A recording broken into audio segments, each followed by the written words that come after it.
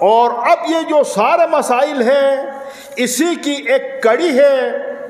جس طرح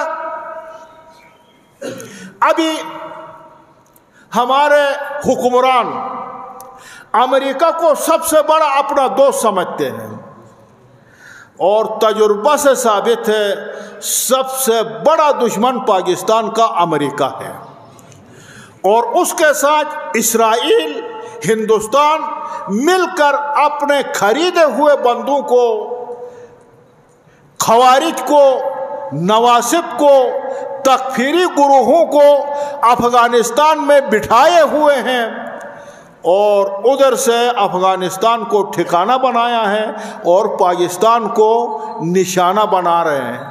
اور جبکہ ہونا ایسا چاہیے کہ پاکستان اور افغان دونوں ایک اسلامی برادر ہمسایہ ممالک ایک مل کر، ہمیں ایک بڑی خوشی تھی، ہمیں بڑی خوشی ہے افغانستان میں بھی ایک اسلامی حکومت آیا، مل کر دشمنوں کے خلاف دشمن کو، سازشوں کو ناکام بنانا چاہیے، نہ ان کی دشمنوں کے خریدے ہوئے غلام کو ادھر جگہ دیا جائے اور ایک دوسرے کے خلاف ان سے کام لیا جائے. یہ کوئی ہمسائیگی کا رواج نہیں ہے.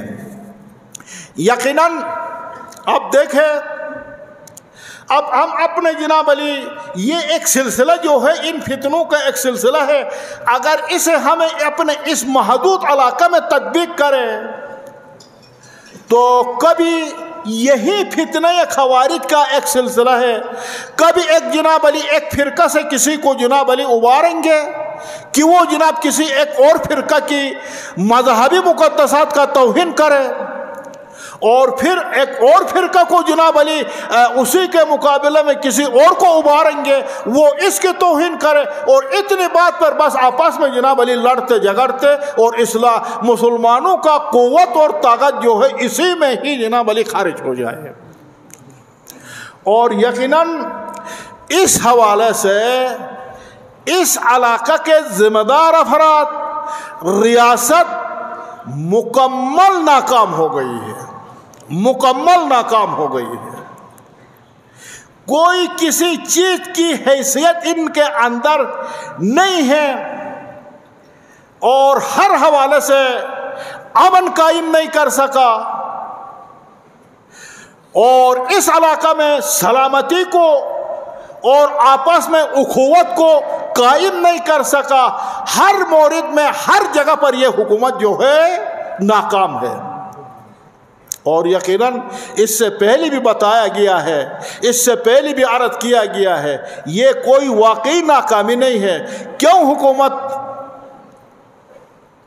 اس طرح کبھی کوئی ایک بندہ کہیں جناب علی روڈ کو بلاک کرتا، کوئی اور روڈ کو بلاک کرتا، اور حکومت جو ہے تماشا بین ہے. یقیناً یہ ایک سلسلہ ہے. وہ امریکہ کا ایک منصوبہ جسے امریکی ایک کرنل رالف پیٹر کی جانب سے 2006 میں امریکہ کا ایک منصوبہ کو اس نے فاش کر دیا یا اس نے منصوبہ بنا دیا. وہ کیا تھا سب دنیا کے علم میں ہے. اس نے یہ بنایا کہ پاکستان کو، مملکت پاکستان کو ایک ایٹمی طاقت ہے، اس کو 4 حصوں میں تقسیم کر دیا جائے اور اسی طرح پاکستان کو کمزور کیا جا سکتا ہے.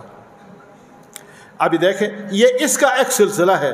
آپ دیکھتے ہیں تو بلوچستان میں، خیبر پختونخوا میں اب یہ جو ہمارے 4 صوبے ہیں ان کے درمیان آپس میں کشمکش ہے. ایک منصوبہ تھا، اس منصوبہ کا ایک سلسلہ جو ہے وہ جاری ہے.